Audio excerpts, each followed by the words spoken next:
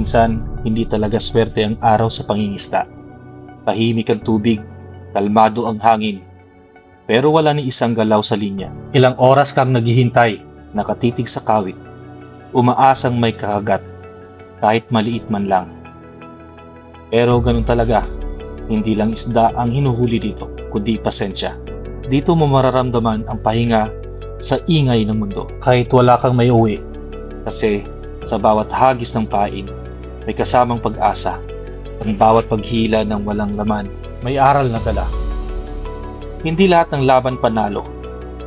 Hindi lahat ng paghihintay may resulta. Pero ang mahalaga, nandito ka.